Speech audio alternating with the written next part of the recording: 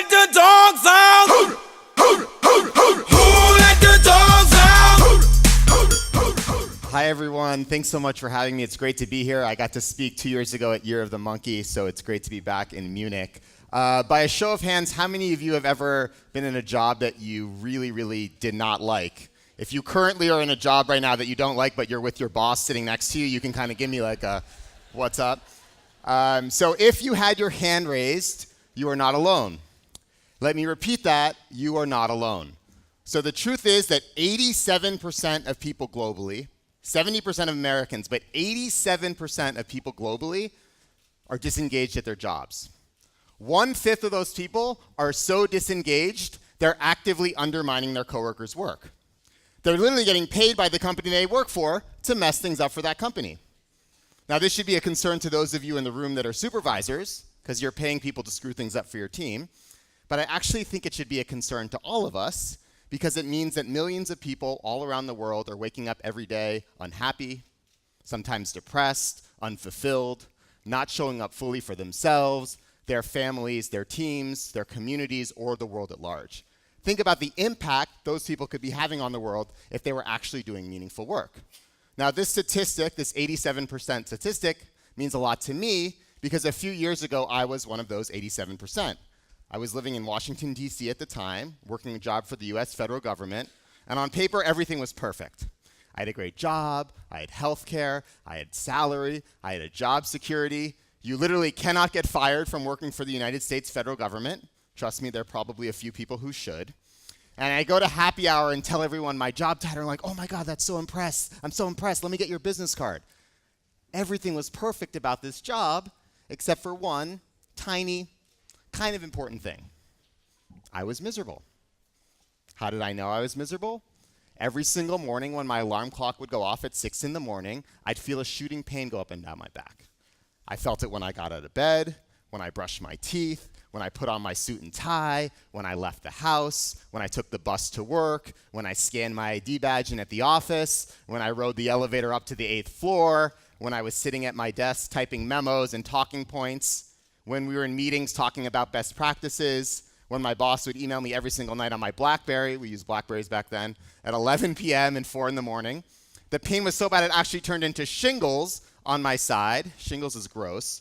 Shingles is a nerve disease that's often related to stress that's common among people over the age of 70, not 20-somethings.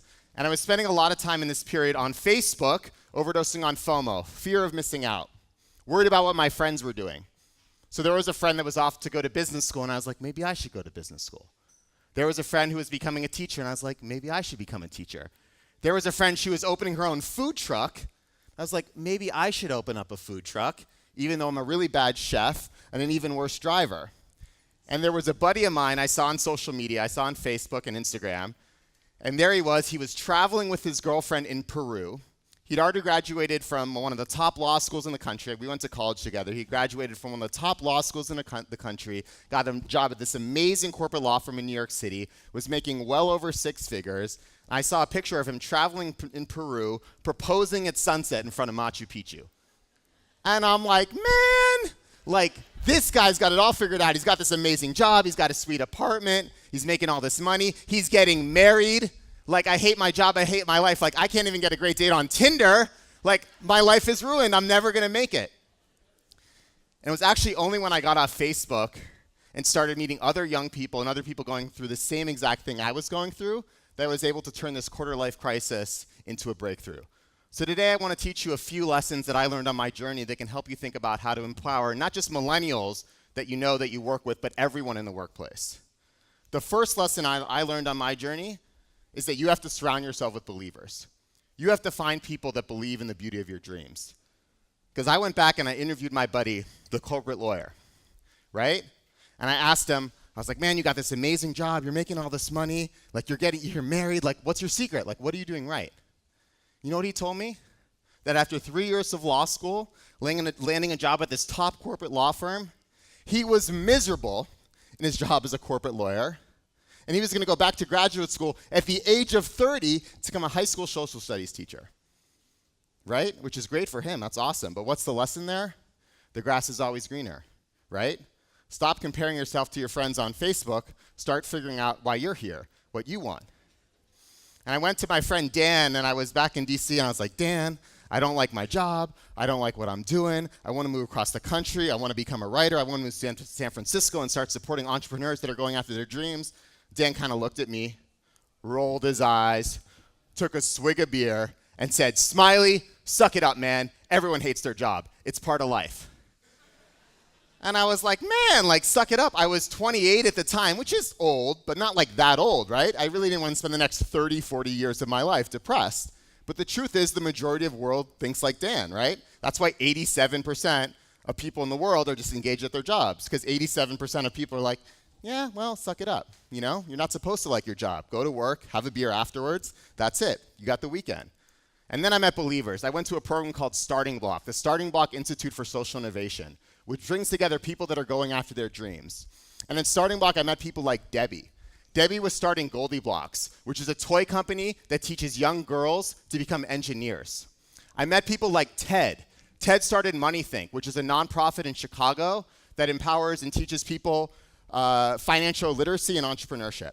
I met people like Tom. Tom started Rising Tide Car Wash, which is a small business that employs people with autism. So I met people like Debbie and Ted and Tom, and they're like, wait a second, Smiley, wait a second. Like, you want to move across the country, you want to start writing, you want to start empowering entrepreneurs, you have to do that. If you don't do it, who the hell's going to do it? Because the crazy thing happens when you actually find believers, you also find accountability. And people like Debbie and Ted and Tom, they weren't talking about making lots of money. They weren't talking about rising up the corporate ladder.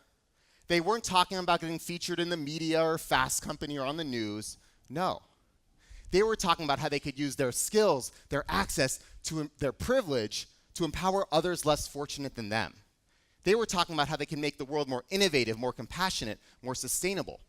So we hear all the time the stereotypes. Oh, millennials, they're just the entitled generation, the me generation, the lazy generation, the selfie generation. And we do take a shit ton of selfies, so that's a pretty accurate statement. But I actually think the truth is that these stereotypes couldn't be further from the truth. The truth is that the majority of millennials would take a pay cut to find work that matches their values. They turn down money to do work they actually care about. 90% want to use their skills for good.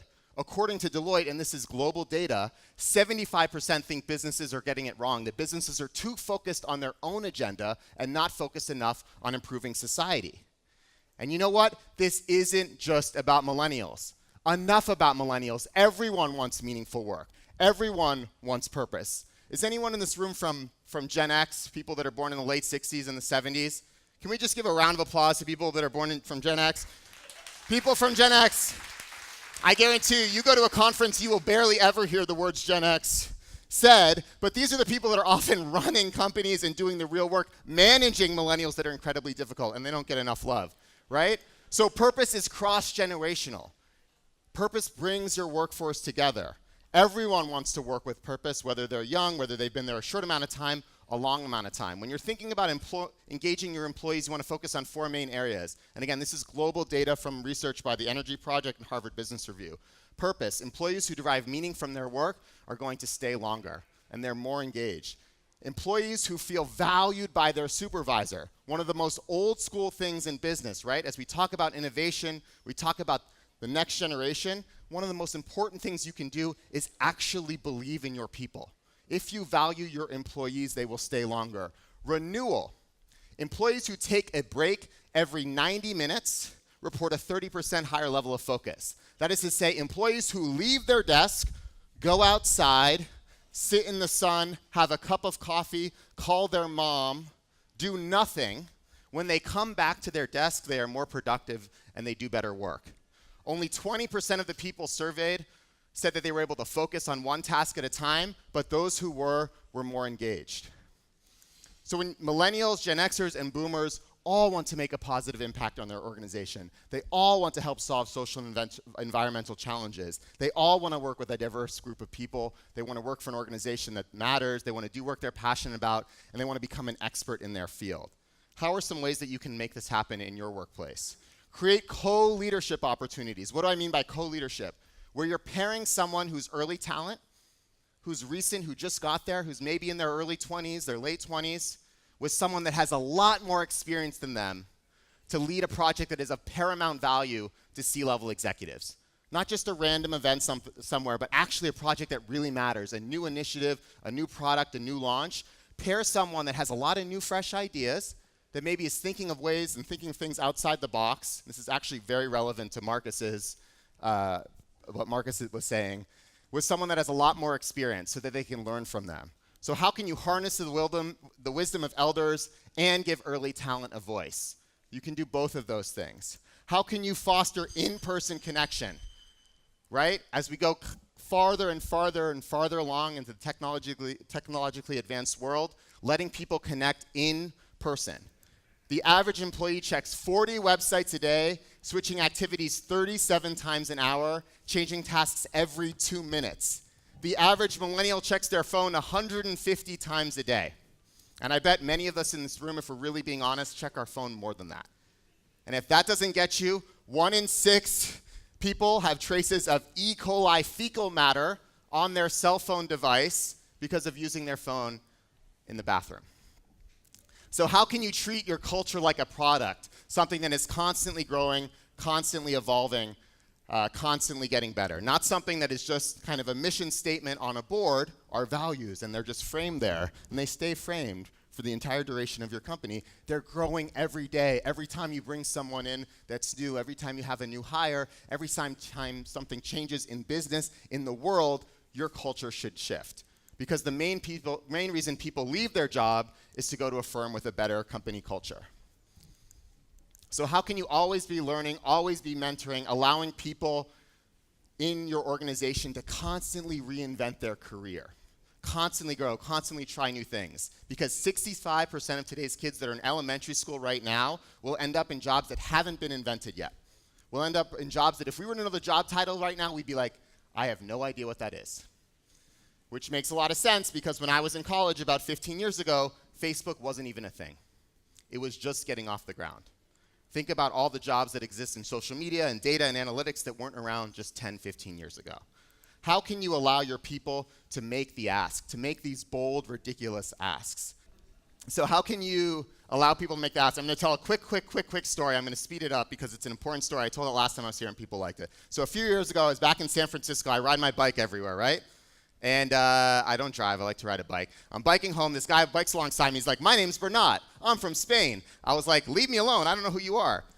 He keeps biking alongside me. And, yeah, my name's Bernat. I'm from Spain. I'm looking for a job here in San Francisco. I'm a UX, UI designer. There's no jobs in Spain. Unemployment's really brutal. I don't know what to do. And I was like, I don't know. Please leave me alone. He tells me he's from Barcelona. I was like, oh, one of my best friends lived there. He's like, what are you working on? I tell him I'm writing a book. He asks me if I have a cover designer yet. I say no. He says, go home, check out my website. I go home, I look at this guy's website. I was like, man, this guy Bernat, he's a really kick-ass designer. He's a really good UX, UI designer. So I post on Facebook. If anyone knows of a UX, UI job here in the Bay Area, check out my buddy Bernat's website. He's really good. Maybe y'all can work together.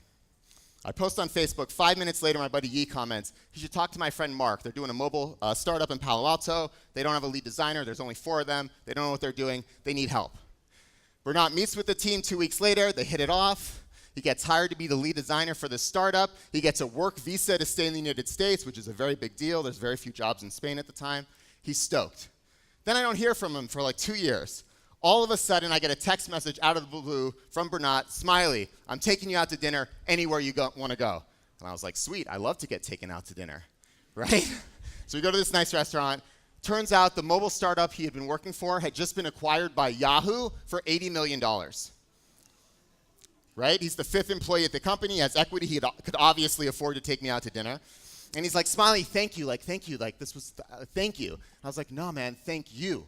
Right? This guy talked to a random stranger in a country he wasn't from, in a city he didn't live in, on a bicycle.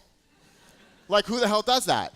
But that's what I'm talking about. How can you allow people that you surround yourself with to feel empowered to make those bold, ridiculous asks, to talk to strangers on a bicycle, because that's when good stuff happens. So we are not the me generation. We're the purpose generation, and I believe that we'll be engaged with our work. All of us in this room and all of us everywhere we work will be engaged with our work because we have to be. The challenges facing our generation are simply too serious to ignore. They're too serious to only worry about on the weekend. We cannot be stuck in a quarter-life crisis, a third-life crisis, a midlife crisis, an end-of-life crisis. because the stakes are too high. Thank you all so much.